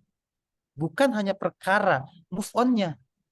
Jadi jangan move on karena pengen mencari yang baru, tetapi move on-lah karena Allah. Pengen kamu mendapatkan cinta dan ridho dari Allah. Itu jawabannya, Ana. Gini Kak, mau cerita sedikit mungkin ya. Jadi Boleh. 1 tahun lalu itu sebenarnya kita nggak pacaran, temen dulu, teman sekolah gitu. Kita nggak pernah hubungan, nggak pernah komunikasi sama sekali, nggak pernah ketemu. Waktu itu kita deket gara-gara dia waktu tahun lalu pergi haji. Dan dia pamit waktu itu di grup karena kita satu grup. Terus kemudian saya WA pribadi kan minta doa gitu, minta doain. Terus saya khususkan pada saat di Arafah, saya minta khususkan ke dia. Karena waktu itu saya juga statusnya habis gagal taruh sama orang. Kemudian saya bilang minta didoain ditemukan jodoh di tahun ini gitu, di tahun kemarin. Dan qadarullah dia juga bilang dia juga lagi ikhtiarin hal yang sama di sana gitu. Jadi semoga doa kita diijabah katanya gitu. Dan beberapa bulan kemudian dia nyampein niat baiknya gitu. Terus kita deketnya itu karena memang kita emang niat mau menikah kan, karena dia juga. Terus dia dalam waktu seminggu 2 minggu kita komunikasi, kita banyak diskusi, dan mungkin emang ada ketidakcocokan beberapa hal, akhirnya kita memutuskan untuk nggak lanjut. Jadi sampai sekarang itu kayak karena dia juga keinginan kuat saya untuk nabung untuk haji, jadi gimana ya, kayak kalau misalkan kita juga sering banget diskusi, ya kalau misalkan saya doa tentang jodoh, saya selalu ingat dia gitu kan. Ya Allah, gimana saya bisa lupa, bisa saat saya mengingat dia gitu. Maaf Kak. Ini salah satunya bagaimana Ana masih berharap sama yang dulu. Ya, teman-teman bisa jadi saksi ya. Ana masih berharap sama yang dulu. Buktinya kamu menangis karena kamu masih ada perasaan yang berlebih. Karena kamu masih ada perasaan yang terkatung-katung, pengen masih dia yang menjadi jodohmu. Makanya Allah tidak mendatangkan yang baru karena perasaanmu masih berharap ke yang dulu gitu loh. Nah, caranya gimana? Jangan pernah berhenti berharap hanya kepada Allah. Itu kuncinya, cuman itu. Dan satu hal lagi, ya, ketika kamu sekarang mungkin sedang patah hati dan kamu sudah menabung untuk ini, untuk itu niatkan, rubah niatnya. Rubah niatnya bukan karena nikah, bukan karena pengen dapat jodoh. Ya, rubah niatnya. Rubah niatnya untuk apa?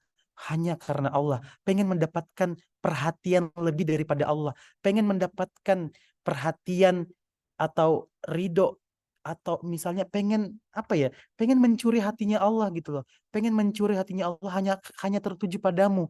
Tidak misalnya ternyata Allah lebih sayang Mei. Bentar lagi pengen nikah, atau Allah lebih sayang Kak Erina, Allah lebih sayang Kak Adel. Bentar lagi mereka bakal dilamar orang. Ya, tapi kamu karena kebaikannya mungkin kita tidak pernah tahu Adel berbuat apa, Kak Erina buat apa sehingga jodohnya dimudahkan. Curi perhatian Allah. Dengan cara apa? Setiap malam aku pernah membaca novel yang berjudul, kalau kalian tahu Habibur Rahman, itu tentang kisah zahid. Bagaimana seorang zahid itu tidak bisa lagi, dia hanya mencintai seseorang yang bernama, saya lupa namanya, tetapi seseorang ini yang memang bukan tidak ditakdirkan, perasaannya ditakdirkan untuk dia, tetapi tubuhnya si perempuan ini sudah sepenuhnya milik orang lain. Jadi sudah berkeluarga ceritanya. Tetapi zahid ini, ya Allah, karena aku masih mengharapkan istri orang. Ya Allah, aku berdoa, ya Allah, masa iya aku mengharapkan istri orang yang sudah berkeluarga, orang yang sudah punya hubungan dengan orang lain. Dia menangis, dia benar-benar, jadi niatnya itu bukan karena pengen move on, tapi bagaimana mencuri perhatian Allah. Ya Allah, datangkan aku dengan jodoh yang lebih baik. Ya Allah, datangkanlah orang yang bisa menggantikan si dia. Bukan mengharapkan jodoh yang maksudnya kamu curi. Bagaimanapun caranya, curi perhatiannya Allah. Allah pengen kamu benar-benar pengen benar-benar menangis bertumpu hanya di Allah gitu loh. Jadi apapun, bagaimanapun sakit hatimu sekarang, jangan pernah menyalahkan keadaan yang sudah lalu, jangan pernah menyalahkan orang tersebut, tapi salahkan dirimu. Karena kamu sudah berharap begitu banyak ke orang itu. Tapi kembali lagi, Allah menakdirkan kamu patah hati karena kamu masih sanggup melaluinya.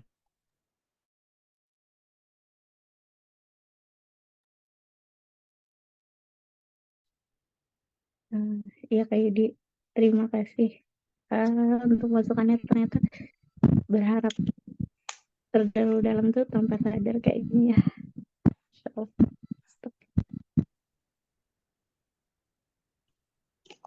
Iya. Kalau tadi terima kasih. kita kayaknya. Tadi Ya. keluar. Oke. Itu tadi Ana. Tadi terputus tiba-tiba Afwan. Oh iya. Ya terima kasih ya Kak Yudi. Sepertinya memang apa ya, tanpa sadar gitu berharap terlalu berlebih gitu ya Kak. Jadi tapi jujur ya, Karena dia orang yang iya, jadi kita memang gak ada komunikasi lagi setelah itu. Cuman bahkan kenapa mungkin bisa jadi saya masih berharap karena memang kita sama-sama belum, dalam waktu 1 tahun ini kita sama-sama belum gak ada belum dekat dengan siapapun, dan ya udah kita memang udah gak ada komunikasi sih sampai saat ini. Jadi tapi boleh kan ya Kak, mendoakan aja kan ya Kak. Maksudnya dalam arti berharap saya juga bingung sih kalau ke siapapun kita bilang. kita harus mendoakan yang baik-baik. Oh iya. Ya, terima kasih ya Kak ya. Ya, intinya lanjut Kak Yudi. Kalau ya pokoknya buat Ana, kalau dia bukan jodohmu, berarti Allah itu tadi boleh kita bisa jadi kita mencintai sesuatu itu padahal Allah tidak menghendakinya karena ada sesuatu yang buruk dari hal tersebut. Ada yang mungkin bakal datang sesuatu yang mungkin kamu tidak sangka-sangka dan itu lebih baik gitu loh. Oleh karena itu jangan pernah berputus asa dari rahmat Allah, jangan pernah berprasangka buruk sama Allah, selalu ikhtiar karena jangankan aku, contohnya saja Bang Taki Malik sama Kak Cil, bayangkan sampai sekarang belum punya anak, bagaimana seharusnya yang ia lakukan? Harusnya kalau mau dibilang ya itu sudah dari kehendak kita sebagai hamba Allah, karena mereka pun juga sudah berusaha, tapi sampai sekarang belum punya anak. Itu kasus case-nya ya, apalagi jodoh gitu loh. Kalau belum didatangkan, orang aja bisa ada yang umur sampai 40 tahun atau kemungkinan sudah mau menopause baru dikasih rezeki sama Allah, yaitu berupa anak. Nah, apalagi jodoh. Jangan pernah takut tidak ada jodoh. Ya, tidak ada yang mau datang karena itu sudah menjadi janji Allah. Kita ini hamba Allah, kita ini umatnya Rasulullah, pasti ada 2 kemungkinan. Kalau bukan jodoh kita seseorang, kalau bukan seseorang jodoh kita, kalau bukan jodoh kita adalah seseorang, itu adalah kematian. Hanya ada 2, seseorang dan kematian. Kita tidak pernah tahu yang mana lebih dulu akan mendatangi kita, apakah ajal, ya, apa seseorang yang akan menghitbah kalian kayak gitu. Oke. Oke, terima kasih Kak Yudi. Lama. Oke, mungkin masih ada atau kita cukupkan kali ya Kak Umi. Tapi sebelum itu kalian punya banyak pertanyaan yang sebenarnya itu sudah gampang jawabannya. Yang pertama ada 2 ya. Yang pertama ada di Al-Quran, jangan pernah berhenti baca Al-Quran dan tadabburi isinya, ya. Nah, tapi bagaimana caranya kita juga memahamkan itu tanpa harus membaca begitu aja gitu loh. Memang perlu guru. Dan yang kedua adalah baca buku, nggak apa-apa sendirian, ajak Allah berteman. Jadi aku setelah menulis buku ini, aku juga sambil belajar teman-teman. Cara aku bagaimana bisa berdamai dengan diri sendiri, bagaimana membuat patah hati itu benar-benar menerima takdir dari Allah. Kalau aku patah hati berarti itu adalah sebuah ketentuan dari Allah. Dan buku ini nggak apa-apa sendirian, ajak Allah berteman. Ini benar-benar aku merasa bahwa sekarang Allah itu menjadi teman aku. Serius. Allah sekarang berteman sama aku. Jadi ketika aku sedang berhenti, ketika aku sedang hati, bukan manusia lagi yang aku cari, tapi aku mencari temanku. Siapa temanku? Allah. Dia membisikkan tiap malam bagaimana menerima segala ketetapan-ketetapannya. Jadi ketika aku sedih, aku menumpahkan semuanya itu di atas sajadah dan hanya berteman sama Allah. Ya bukan berarti teman-teman kita enggak, tapi yang paling utama ketika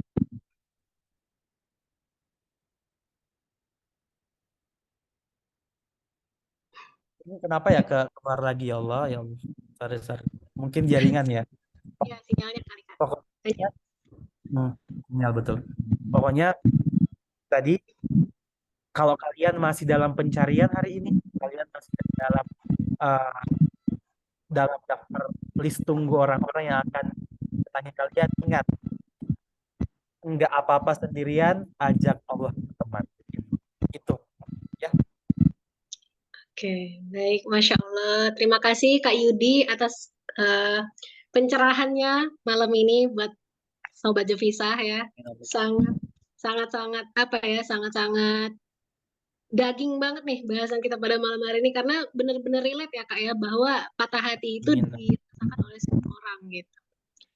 Ya, mengutip dari kalimat yang sudah Kak Yudi bilang tadi, sabar atas ketetapan Allah, dan patah hati itu boleh saja, tapi jangan lupa kita harus menjemput bahagia kita kembali ya. Oke.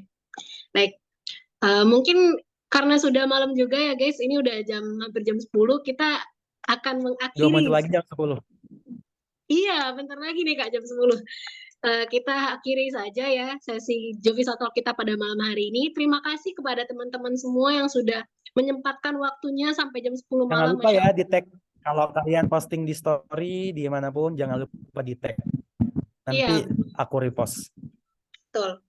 Tag Instagram Kak Yudi ya guys, Yudi I-nya 3 Pratama, Yudi Pratama ya guys. Nah nanti juga bakal dikirim di grup Jevisa, biar nanti Kak Yudi bisa lihat nih, wah kalian antusiasnya luar biasa hari ini. Oke. Terima kasih barakallahu fikum Kak Yudi, terima kasih teman-teman semua. Sebelum kita tutup, kita dokumentasi dulu ya pada malam hari ini biar ada kenang-kenangannya. Aku mau foto sama buku aku ya, biar yang foto ini bisa ikut order di PO. Wah, nih betul, benar-benar. Pokoknya ini, pokoknya ajak Allah berteman, nggak apa-apa sendirian, ajak Allah berteman. Ya. Itu buku terbarunya Kak Yudi ya? Betul, ini terbaru, buku ke-10. Alhamdulillah. Masya Allah, keren banget. Oh, udah ada yang CO ya, Masya Allah. Wih, Masya Allah, keren. Ya, kita dokumentasi ya. Ya, silakan Kak Ilham. Oh iya.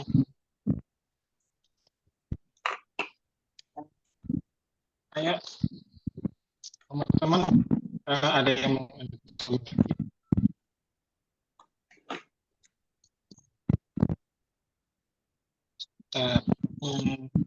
ada lagi yang mau on-cam? Kalau nggak ada,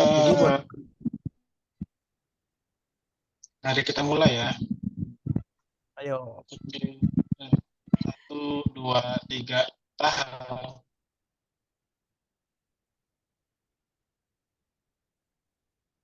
Oke, sekali lagi. 1, 2, 3, tahan.